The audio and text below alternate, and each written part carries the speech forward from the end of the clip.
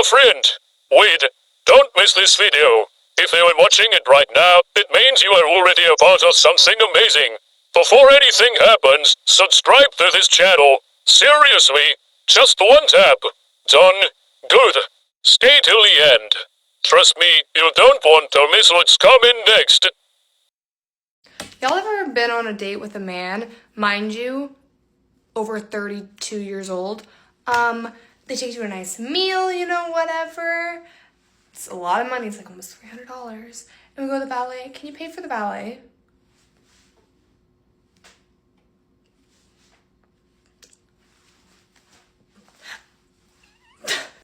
I have never in my whole existence had anyone ask for me to pay for anything on a date. You're taking me out. You picked me up. Why am I paying for something that you wanted to do? And then after all that, you just start getting groped without your consent. You say no and they keep going. Yay! What the fuck? I will no longer be seeking out any kind of man. That I was the one being seeked, first of all. But now I'm like, I'm done. I can't. The way that I've been touched without my consent in less than 3 weeks, twice. I can't. I don't want anything to do with men. Leave me alone, please.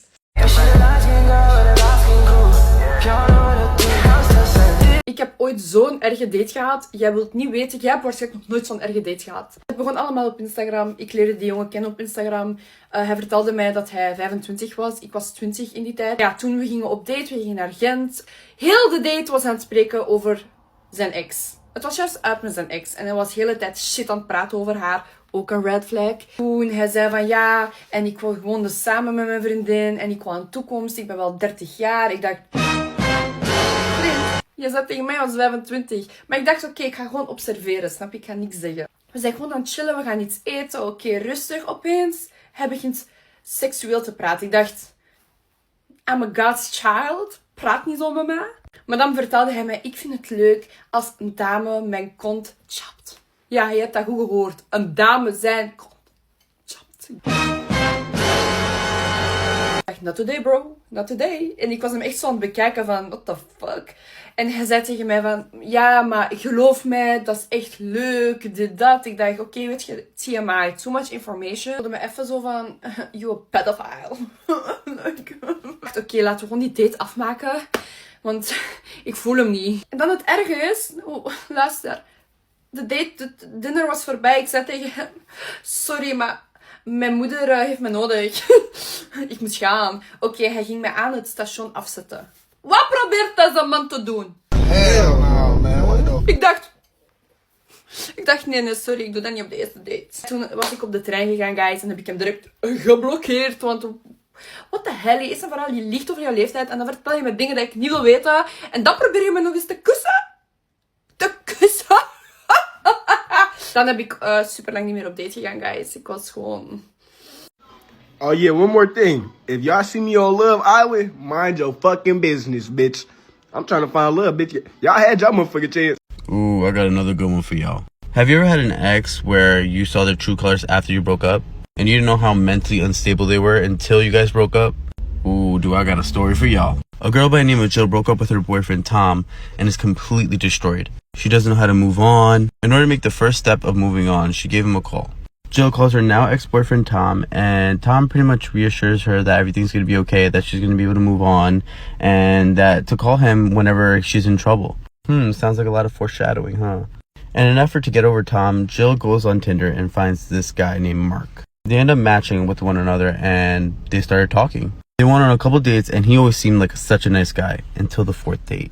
Ooh, do you got goosebumps? Because I got goosebumps. So on the fourth date, he was completely belligerent, but at this point, they were so close that he pretty much told her, like, hey, why don't you come over to my house? They've never been over each other's houses at this time. In an effort for Jill to get closer to Mark, especially to get over, her heartbreak, she agreed. And as she was sitting on his bed, she found a knife under his pillow. At this point, she's freaking out. Mind you, at this time, Mark was in the kitchen fixing up some drinks for her. So she decides to peek in and see what's going on. Jill secretly sees Mark putting some drugs in her cup. Jill starts to put the pieces together that Mark is trying to drug her and kill her.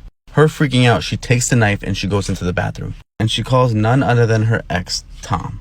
As Tom picks up, Jill is crying and pretty much just asking him to come pick her up.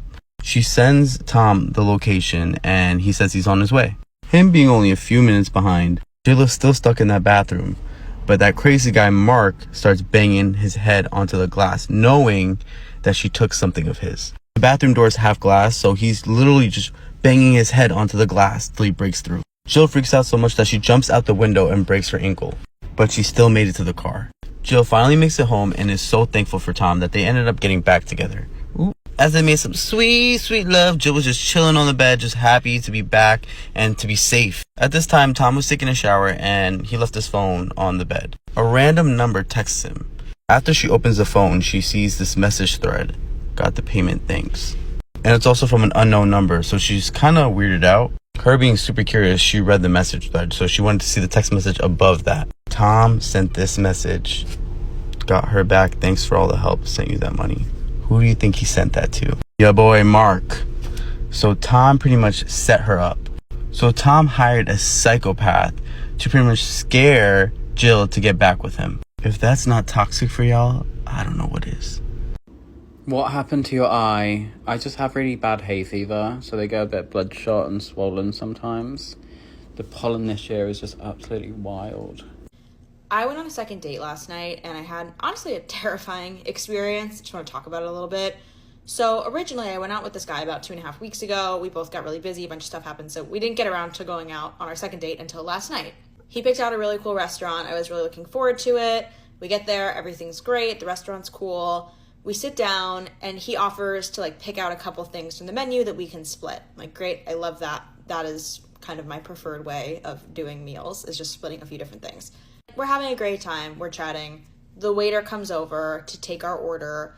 So he tells the waiter what we're getting. One of the items is a salad with a pesto sauce. I am severely allergic to peanuts and nuts. I have an anaphylactic allergy. So I tell the waiter, FYI, I have a really bad allergy. Can we not do the pesto, whatever.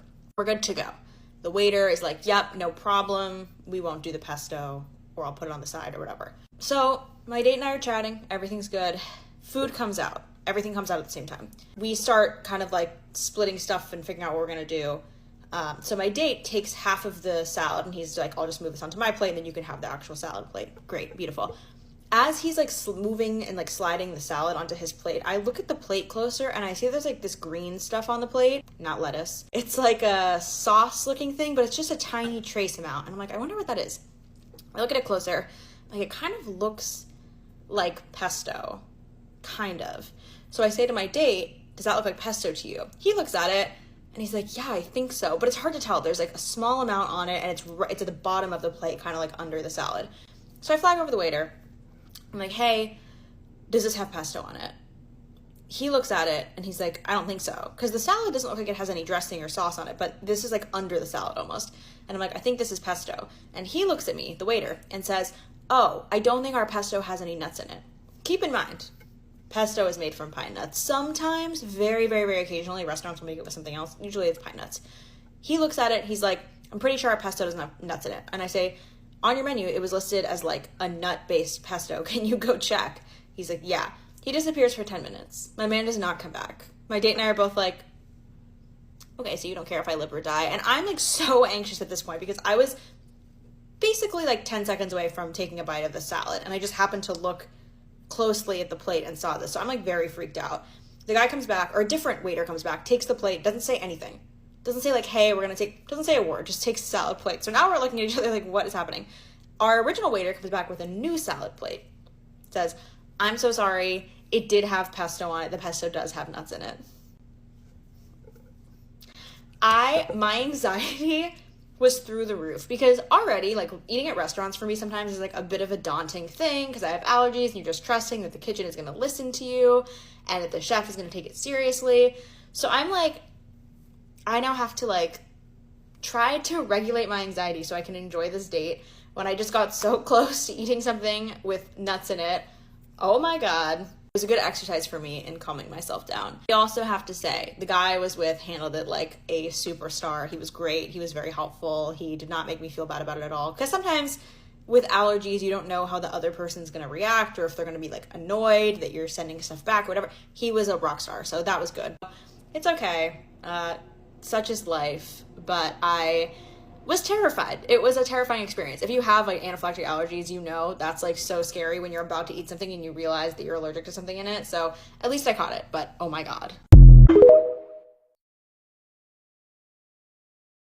Listen to me. So listen to me. Huh? Listen. I'm gonna call you back in 30 minutes. And you better have answers.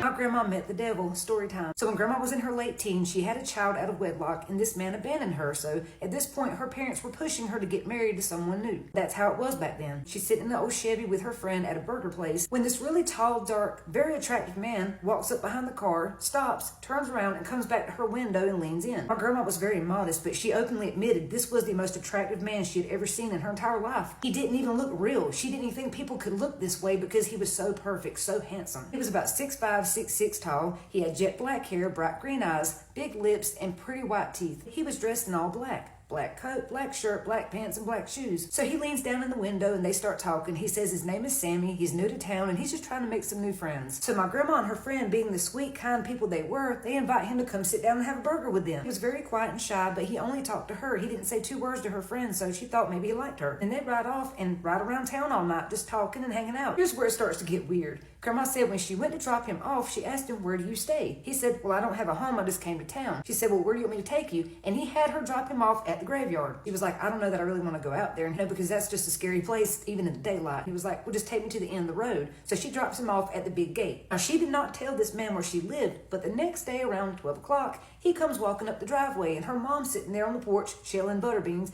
and she's like, "Hey, there's some tall guy walking up the driveway." Grandma's like, "Oh, that's Sammy, the man I met last night." So by now, her friend and her mother have both seen this man. He's real. But most importantly, he was dressed in all black. So Sammy walks up where Grandma, her mom, and the little toddler are sitting on the porch shelling butter beans, and Sammy asks Grandma out on a date. So my grandma looks over at her mom, and her mom's like, "Yeah, go ahead, I'll watch the baby." Remember, he came up walking, but now they're driving in her car. So he tells Grandma along the way that he's made a little picnic out in the graveyard. Grandma, being the kind person that she was, didn't want to be disrespectful or ungrateful, so she agreed to go. They go out to the graveyard where she sees there is no picnic. He lied. There's no blanket, no food, no nothing. And now he's asking her all these personal questions, mainly about her faith and personal belief. He starts talking about religion. Do you go to church? What do you believe in? And then he starts debating with her a little bit about Christianity. Grandma always admitted she was never a perfect Christian. She sinned a lot. She made a lot of mistakes. But Grandma, being a faith warrior that she was, you could not dilute her faith. Like, she would fight you all day long about her God. She wouldn't push it on you, but if you debated her, she would defend it. Then Sammy asked Grandma, "Were you in love with the man you had that child by?" Grandma said, "Oh yeah, I thought we were going to get married. I fell head over heels for him."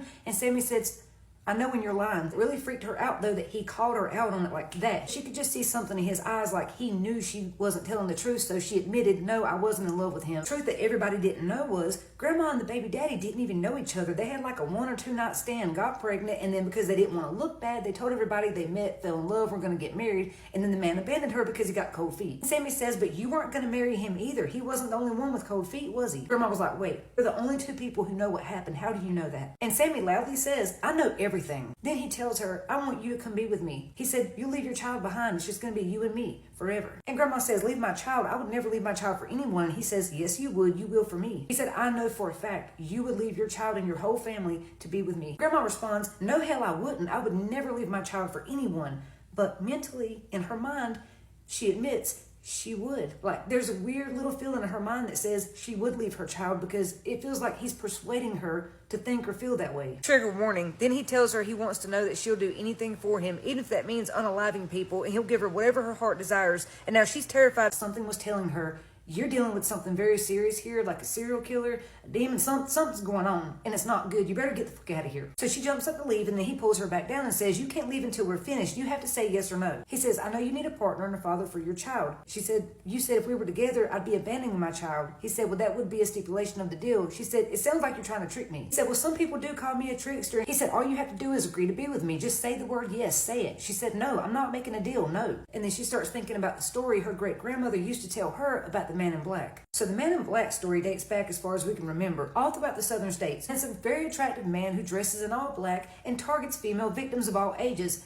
asking them to do his bidding or trying to make a deal. They call him a trickster for a reason because his deals never end well, never, and people believe that he's actually trying to take souls. So she used to wear this pendant that her mom gave her. It wasn't a cross, it was something else. So she grabs it and starts mentally praying, please don't let nothing happen to me or my child, please protect us, because she's starting to freak out, she's scared. He backed up and said, you're never gonna agree to it, are you? And she said, no, you should know that if you know everything. But he stands up, looks down at her, and she said his pupils got so big his eyes looked black, like they were almost solid black. He said, too bad we couldn't make a deal, but I will see you again in a few years. She said, no, you won't. He said, yes, I will. And then he disappeared as he walked behind the graves. She got so scared, her hands were shaking, her palms were sweating, almost about to throw up, so she got in the car and headed home. The whole way home, she kept thinking she was mentally breaking down, like, was he even real? Did this happen? And then when she gets home, her mom says, well, how did the date go with Sammy? And she's like, so he is real. You did see him. And her mom was like, yeah. Where is he? What happened? And then she tells her mom, and her mom was like, holy shit. So her mom, being the religious fanatic that she was, takes grandma and the baby down to the river and has the preacher baptize them all over again because she thinks the devil's after them. Grandma said she don't know if he was a psycho, a serial killer, or a demon, but what she does know is he's real and he was there. And what's crazy, he was right. She saw him again 10 years later and he hadn't aged a bit. He came to her at her lowest point when her current husband was abusing her and her children. If you want to hear about that, I'll make a part 2.